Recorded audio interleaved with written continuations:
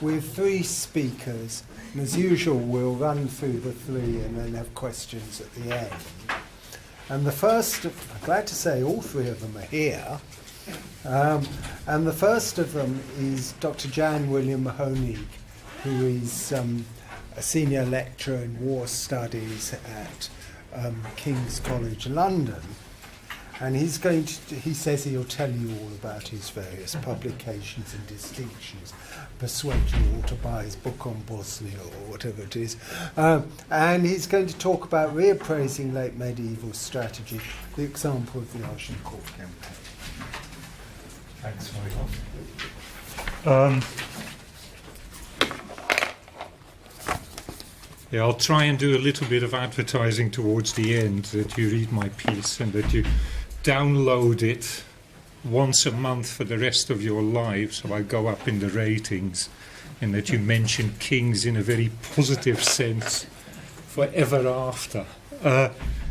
Thanks for the introduction.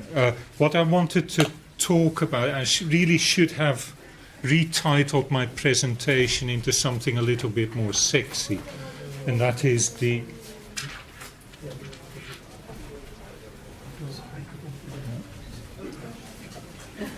just wait for people to sit there. No, don't worry.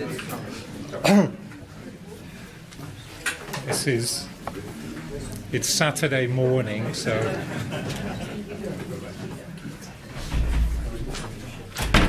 and I've been teaching long enough to know that false starts are part of the business. Oh, it's a last-minute surge.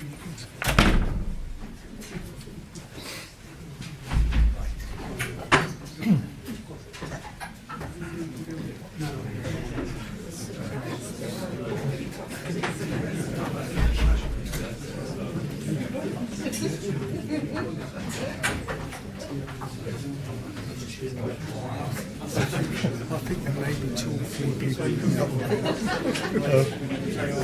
That's good for us. I hope it's because your name is There's somebody repelled by whatever it is, somebody here with a very long nose. Anyway. Right, then we start again. As we were just saying... Yeah, let's start again.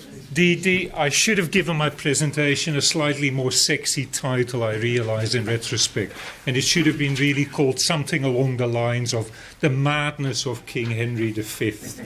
And not only the madness of King Henry V, but King Edward III, the Black Prince, and really the whole of the high nobility of England during the 100 Years' War. What I'm going to try and sell to you is that we labour really under serious misunderstandings as to the nature of strategy during the 100 Years' War and maybe the Middle Ages in general.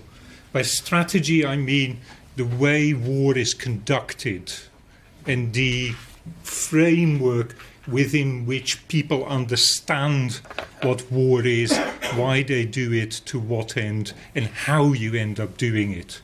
And what I'm trying to claim is that we still apply, and this is a vice not strange to military historians or historians in general, but the vice of presentism, applying modern understandings of strategy, what war is, how you do it, to the Middle Ages, is still very much with us. And what I will lay out first of all is briefly what is really should be considered to be very strange about the conduct of war, about the Agincourt campaign and about the chevauchés in general. That if you stick with applying a modern understanding of strategy, really the thing does not make sense at all. What I will then do is take you quickly through the Agincourt campaign by pointing out some distinctive things about it and suggest a better way of understanding it, which pays particular attention to the challenges of battle. which is something that has sort of bothered, worried, concerned historians for a long time, and which on general has been relegated sort of to the dust heap of history as something that is weird and wonderful but not really relevant to the conduct of war. What I will try and claim is that it is essential to the conduct of war in the Middle Ages. Okay, let me first of all explain the madness of King Henry. If you look at this map, which the scoundrels at HarperCollins put together from Matthew Bennett's atlas without proper reference. So I didn't put my own name there because I don't want to take direct responsibility for this act of plagiarism. But it is a convenient map because it puts together from the first phase of the 100 Years' War the various chevauchées that were undertaken. Agincourt is not in there, I'll show that in a moment. But what is striking about this map is the deep penetration of the English armies into France.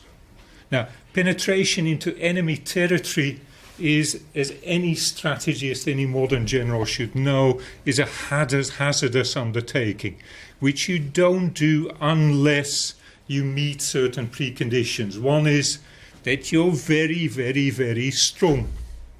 Now, all of you will probably be familiar with the size of the English armies during the 100 Years' War. On the whole, they tend to be weaker than the French side. So you see the penetration deep into enemy territory by armies that are on the whole smaller than the enemy army they face.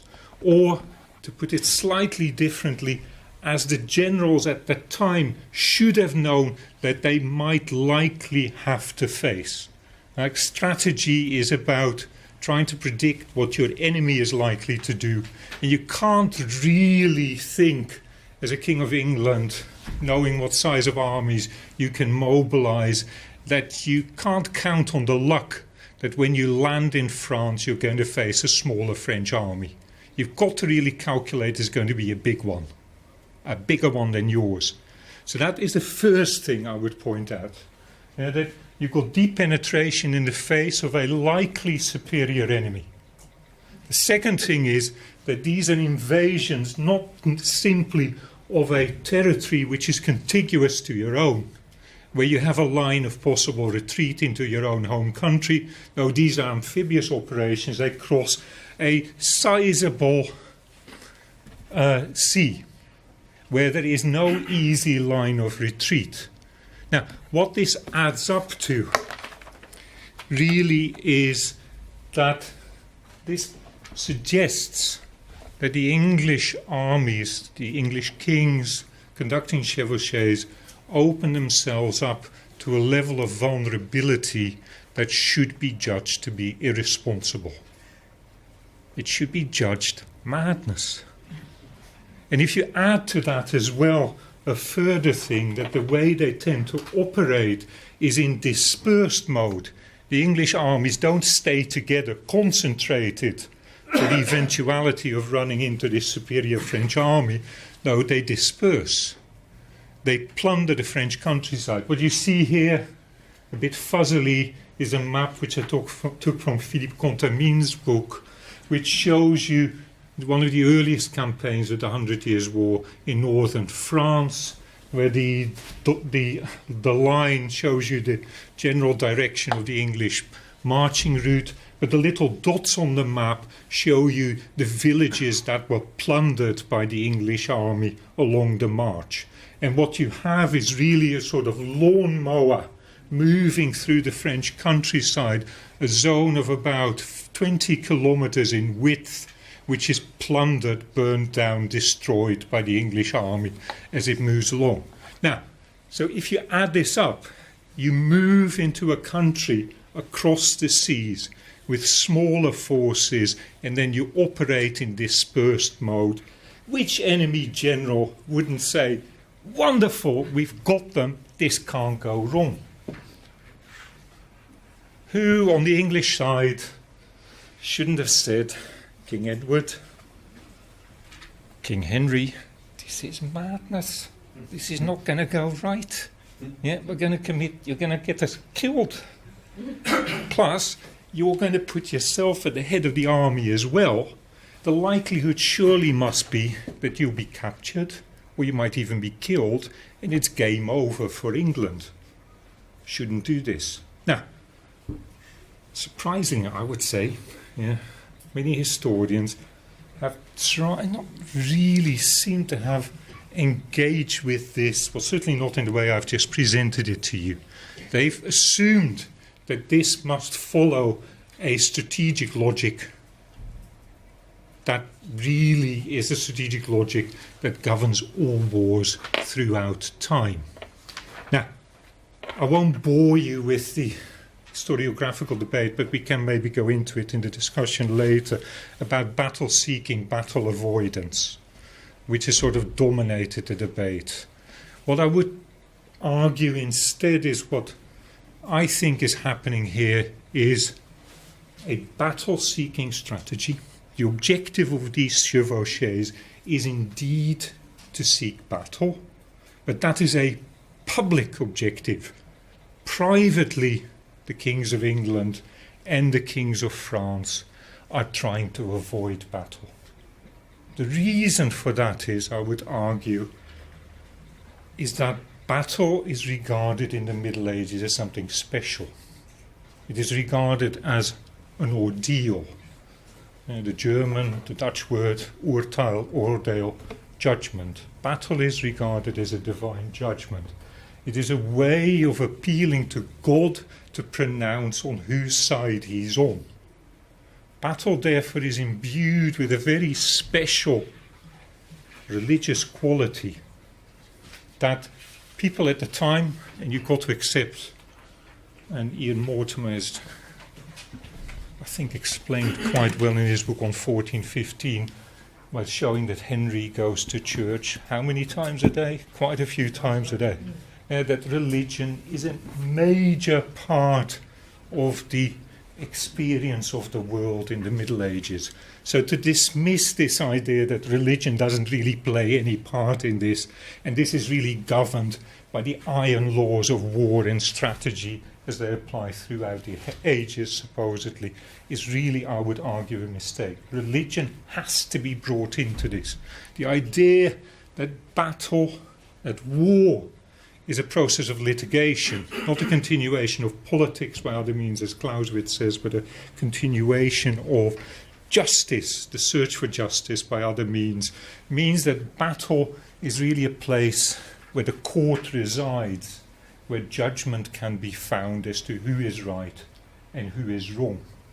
Now, as no man or woman is without sin, nobody can rely completely on the expectation that God will come out in support of your side.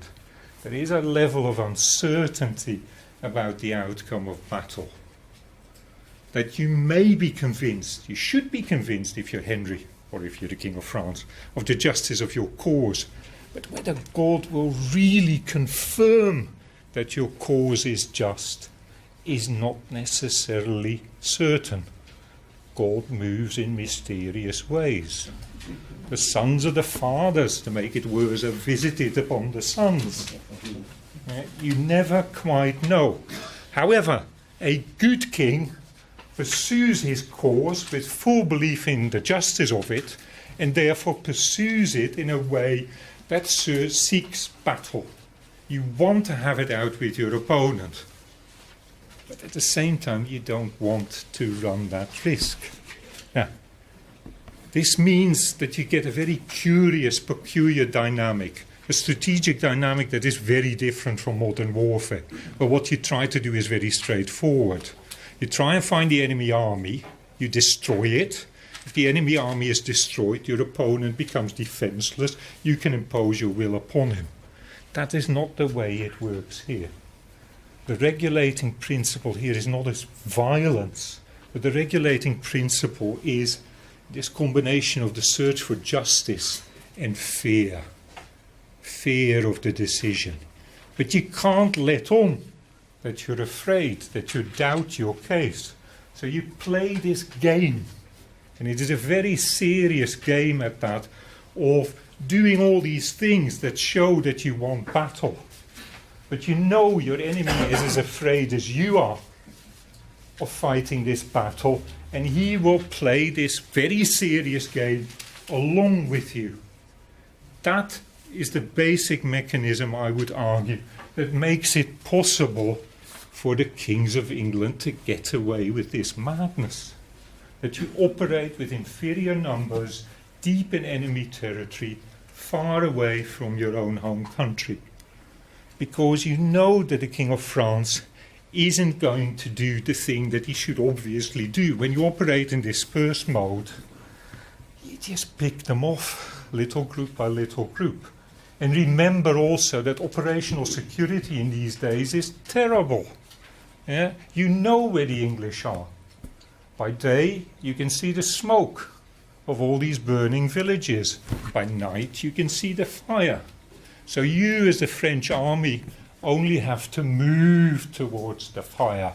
And you find the English in dispersed mode. You begin to kill them off. You can cut them off. You can kill them. It's not a problem. You don't need to fight battle. Yeah? You can defeat these English without ever having recourse to battle if you're any half-decent modern general. So are these not half-decent generals in the Middle Ages? Are they mad? Surely not. Are they possibly, and this is sort of the scenario which seems to be the one favoured in England, they're of course geniuses. Yeah. They knew exactly what the French were going to do before the French themselves knew what they were going to do. Yeah? That's probably not so likely either. Eh? So the truth, yeah, if there is such a thing as truth, must lie somewhere else. It must have to do with a different strategic dynamic. It must have to do with a different set of rules of the game, which these people play, which they know what they can get away with. Still risky, eh? People might break rules. There are always rule breakers. But you can sort of half, 3/4, 80%, 90% rely on that the French will play the game along with the English, and the English will play along the game with the French. Let's look at the Agincourt campaign. What is striking is really how vulnerable poor Henry is. He lands in Normandy, and again, Ian's book mentions that the accounts that are drawn up for the troops that go out already mention long before they set sail that they're going to go to Harfleur. So it is known that the army is mobilizing. It is known there's going to be there's going to be an invasion of France. It is even known where it is likely to go. And Henry goes to Harfleur, and they've got some of the dates here. That he lands there on the 13th of August. On the 17th of August, he lays siege to the port of Harfleur, and then he's there for a period of a month. Yeah, he doesn't move. Now, what better opportunity for the French, even though they're slow in mobilizing, to get their army together and to create the ultimate sandwich.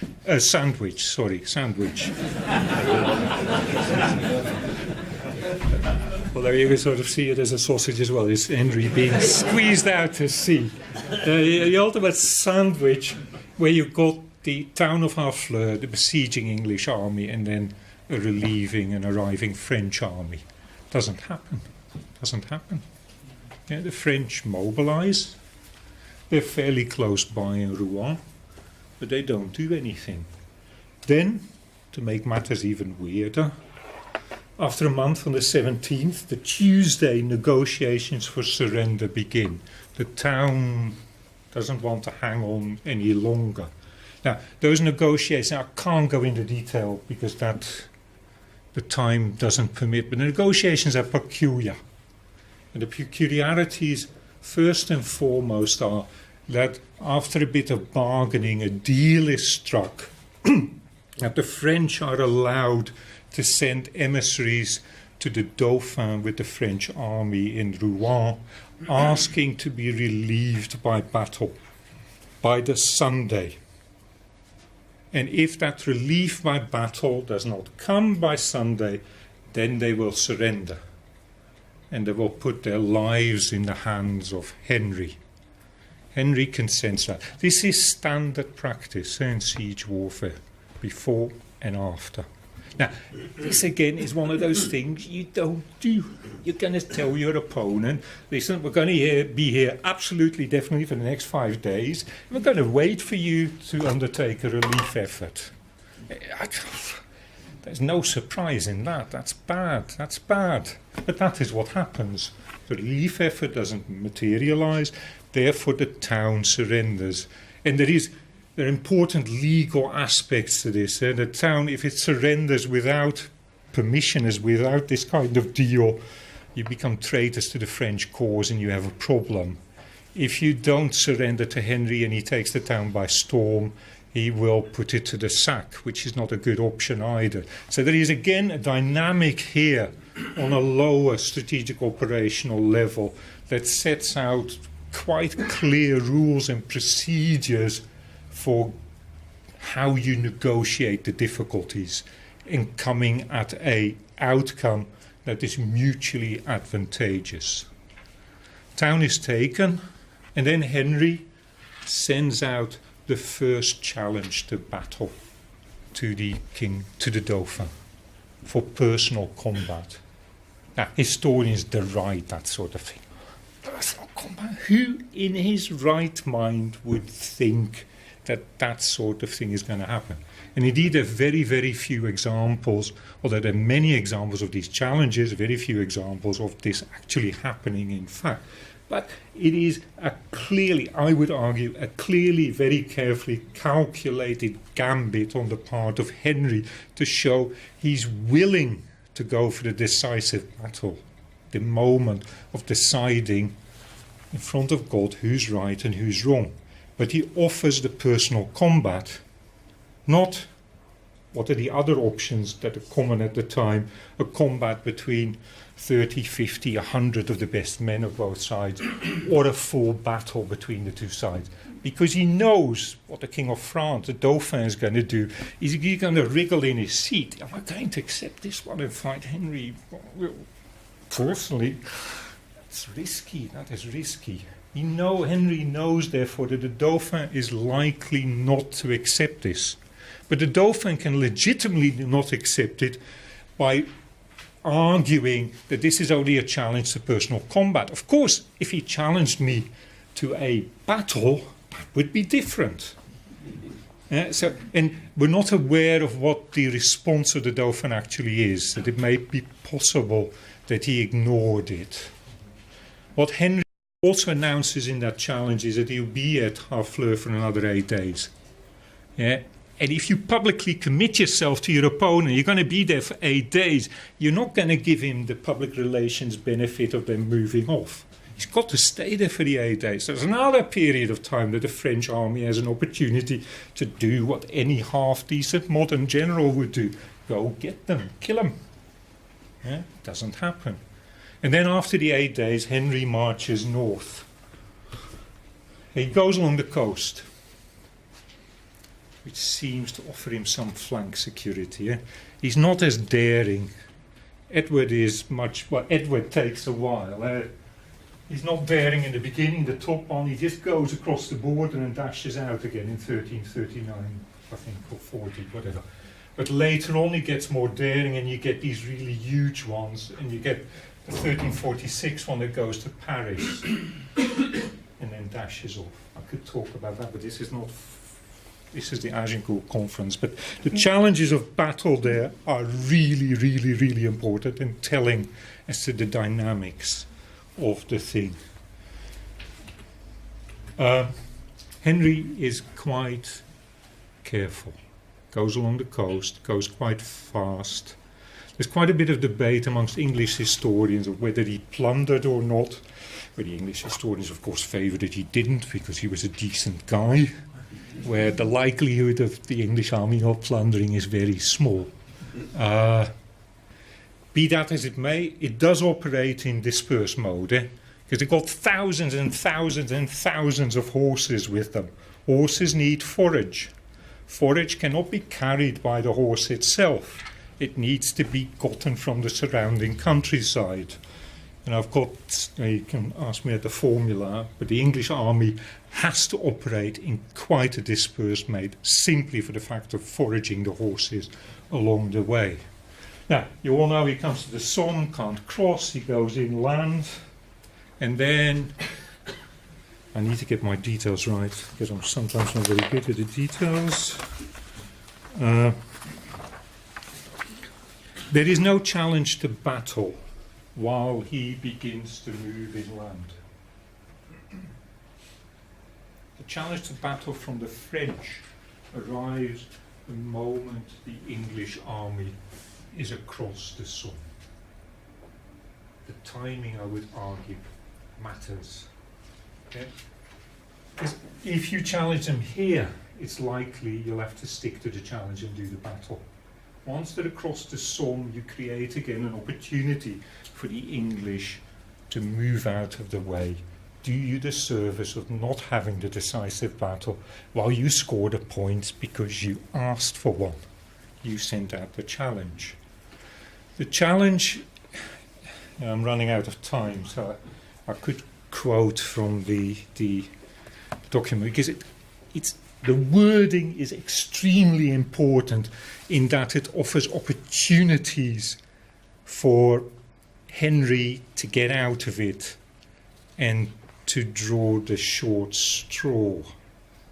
But at the same time, it allows the French also to get out of it, to explain away that they offered it, he didn't take it, wasn't our fault. So you frame these challenges in a way that you leave your opponent, but also yourself, with an opt-out. And there is a debate, discussion, we've got the documentation between the two armies that show you how they try and take advantage of the wriggle room while maintaining or regaining the moral high ground in the process. Now, the final bit, and I'll finish with that, is when it comes finally to the Battle of Agincourt. This is not a clear-cut case of the French army blocking the way to Calais. Henry had wanted it, could have gotten around. It doesn't quite do that. But you all know that the battle is one of these hesitant events. It's not, there's the French army, finally, let's go get them, because we got the longbow and we're so superior.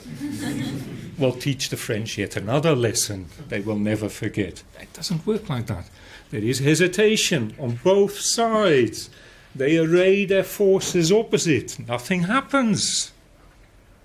Just like in 1339, when the coward Edward III drew up his army just before the border. Nothing happened, and then he sneaked off in the night. Yeah, because the French didn't attack, so it was okay. Here, the English, the critical moment in the end is that the English march forward, it seems, from what we know, and fire off the volley, thereby forcing the French to either say, okay, that's enough, that's it, we don't fight battle, or actually to respond. And respond they do. And then it goes wrong for them, which is just bad luck.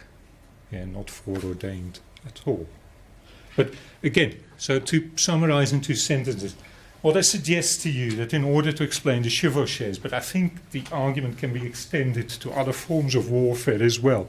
This is a highly regulated form of warfare, subject to conventions, in the sense that these are rules, these are understandings that are found by both sides in negotiation and agreement with one another, which make warfare a very peculiar, very different thing from modern warfare. Very limited as well. It's extremely brutal, but it is a limited form of warfare. Okay, it's time to reappraise medieval strategy. Forget about Gillingham, Smail, even the great Verbruggen. Yeah. Clifford Georges. What a shame he isn't here, can't defend himself. But misses something, eh? It misses something. Okay, that's it. Thank you.